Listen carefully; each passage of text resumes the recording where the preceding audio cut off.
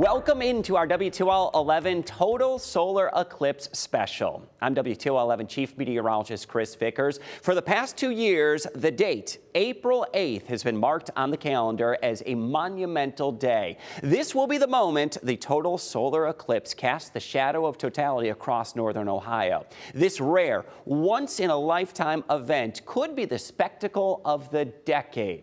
Our team has been hard at work over the past year or more, making sure that you are prepared, educated, and ready to experience the total solar eclipse. Now, over the next hour, we're going to make sure that you're totally prepared for the upcoming total solar eclipse. But as we count down, we wanted to see what you already know. Megan Hartnett has the story. What do you know about the eclipse? Not much. Not much about it at all. Not really anything, honestly, but I've heard a lot about it. I mean, I've heard a lot of people are coming to the Toledo area. I've heard so much about it, especially from social media. I'm on like the witchy side of TikTok, so I see it all, but I don't know too much about it. I know it doesn't happen often. I know that there's a music festival going on in Poe Road Music Sanctuary in Grand Rapids, Ohio. Music and arts, celebrating the eclipse. It's called the Solar Express, little play on words. I've heard restaurants are going to be crazy. I've heard that hotels are booked up, sold out. People are buying glasses and wearing shirts and kind of getting psyched up for it. Do you know like the science behind like what a total solar eclipse is? Honestly, I don't. I mean, I think it's when the moon is completely in front of the sun, blocking out all light, but that's about the extent of my knowledge.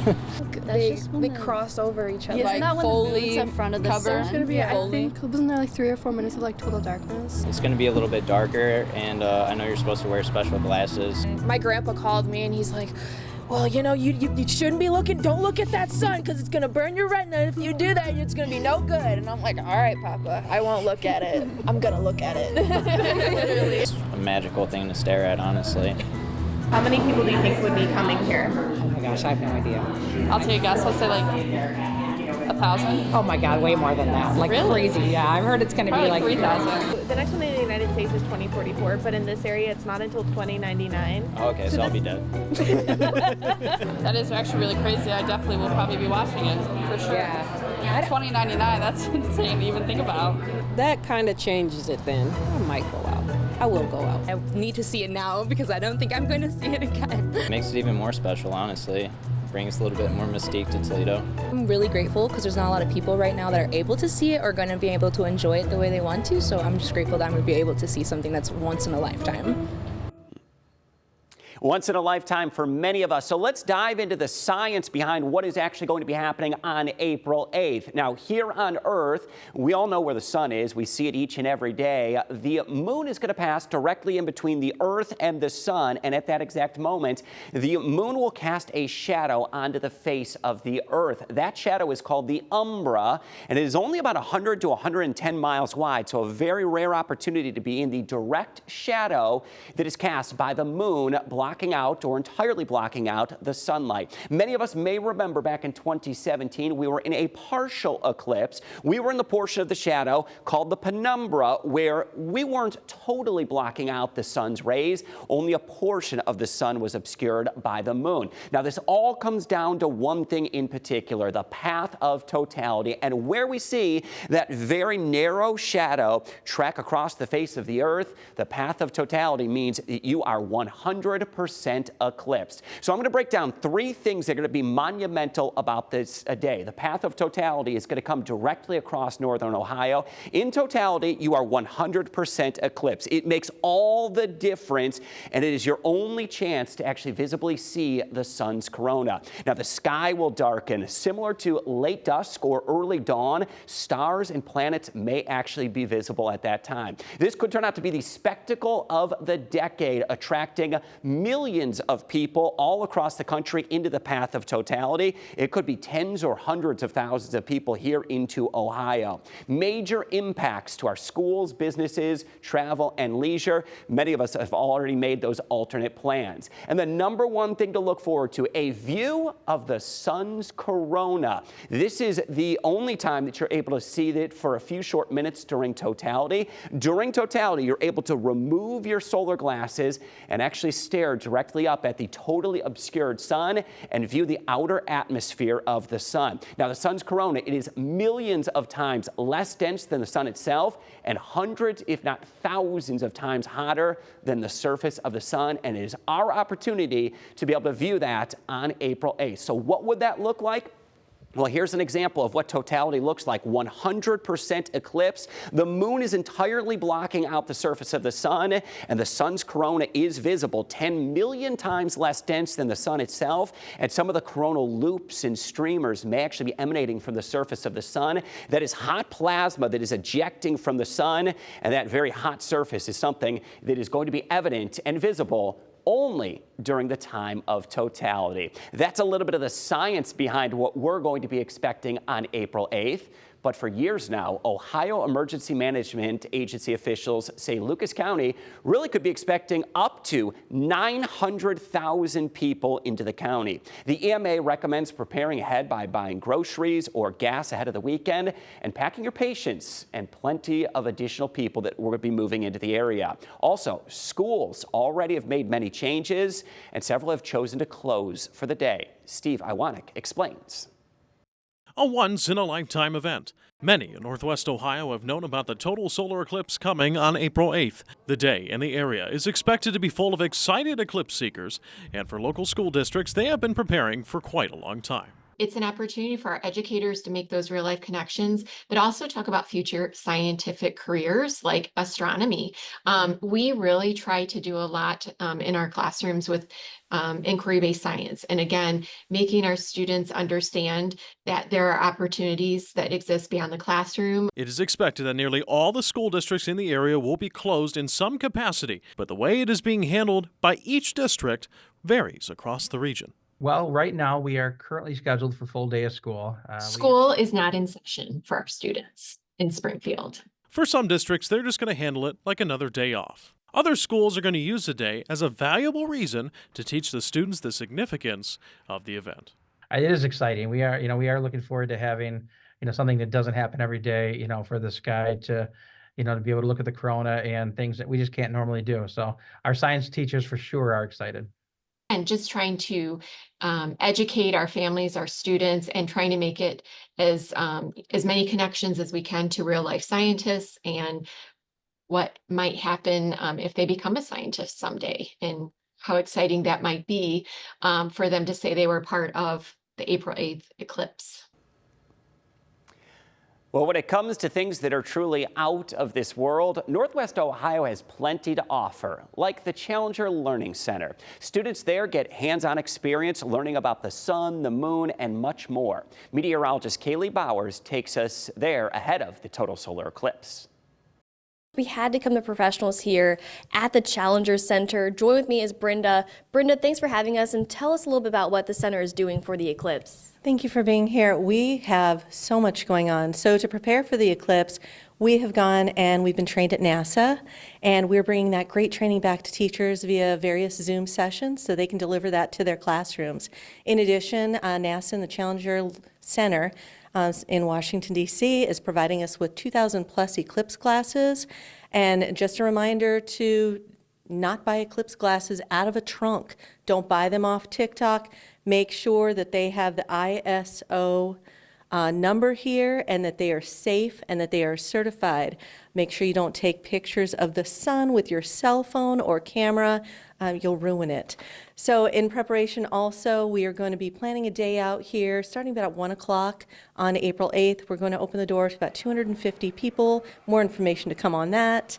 And we're going to have activities for everybody from preschool all the way up to adults. We'll be live streaming the NASA Glenn event. They're the main center in area of totality. And so we're very excited about everything that's going to come with the eclipse. Brenda, thank you so much. Again, April 8th is that total solar eclipse, and this is one place you'll certainly want to be at the Challenger Center of Lake Erie West. It's an amazing place. I've never been here before. Definitely add it to your bucket list. Truly is amazing. Now, the Challenger Learning Center is actually inviting people out to watch the eclipse. The cost is going to be $12, and the viewing party starts at 1. Make sure to bring your own lawn chairs and blankets to enjoy the afternoon. Well, we've said it over and over again. The total solar eclipse is truly something special and quite rare, and it's bringing some couples out that are ready to elope. And if you're not planning a wedding, there's still plenty to do. Here's a look at some of the events already planned for April 8th.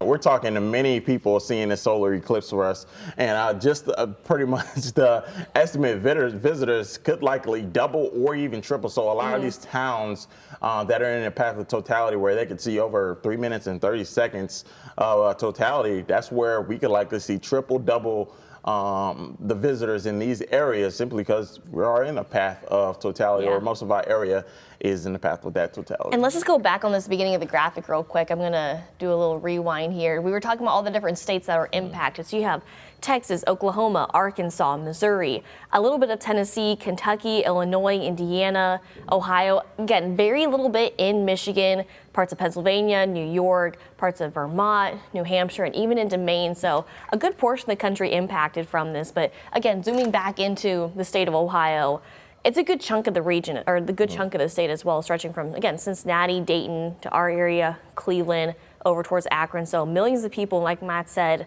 the population could double, triple, maybe even quadruple in some places. Wow, that's truly going to be astonishing to see that. It's a lot. Yeah, it is.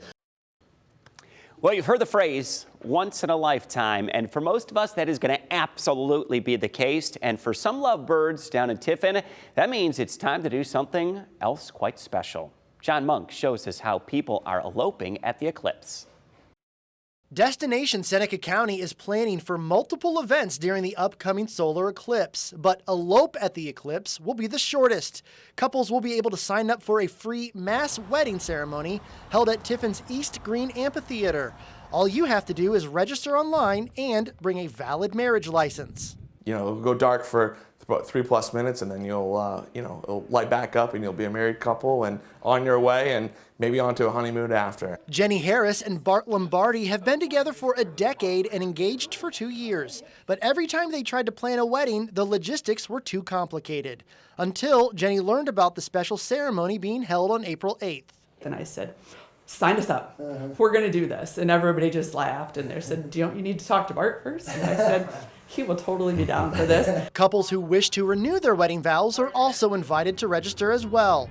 And with the party atmosphere already in the area, couples who sign up won't have to worry about any other traditional wedding expenses. We're going to work with our local bakeries on some wedding cakes. We have a musician coming in that's going to do the first dance after the wedding and the first toast. The bonus is Bryce gets to do everything and do all the planning. All you have to do is show up. Bryce says there's no limit to how many couples they can accommodate for this wedding ceremony, and you could sign up as late as the Friday before the eclipse.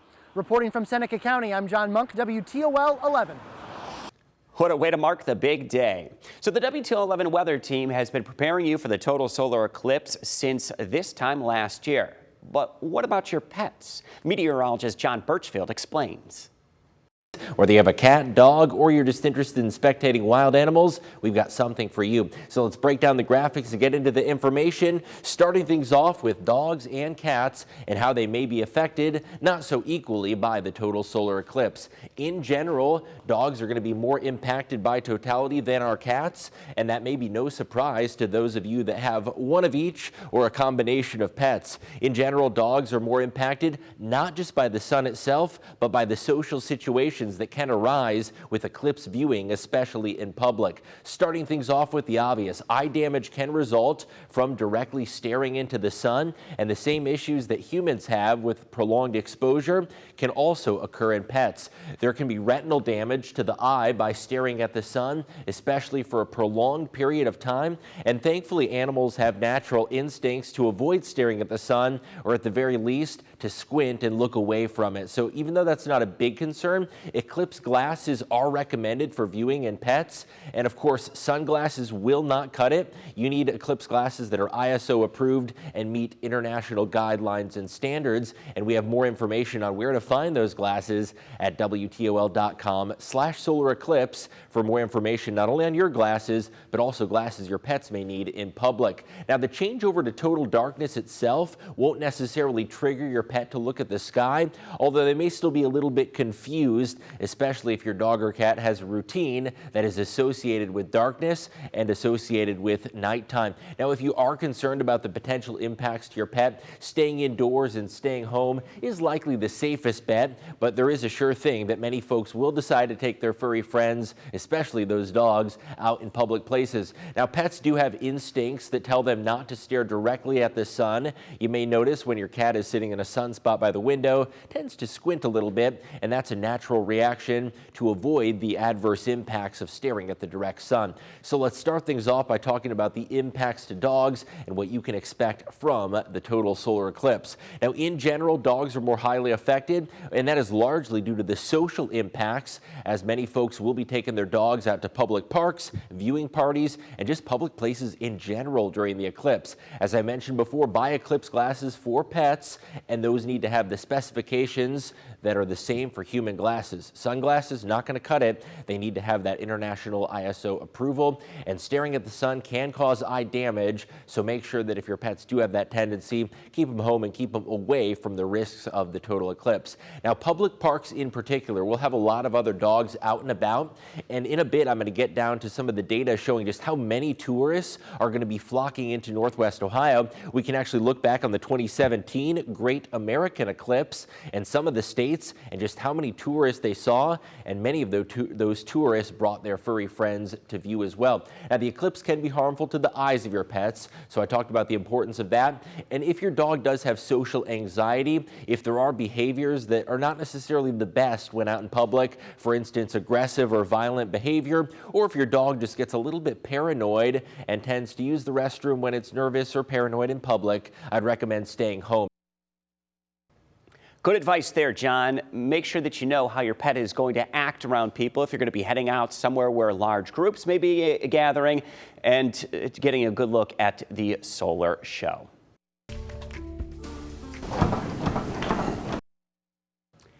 Next, as we continue getting you ready for the April 8th total solar eclipse, saving lives one pump at a time, knowing how this skill could help save a life when first responders work to get there.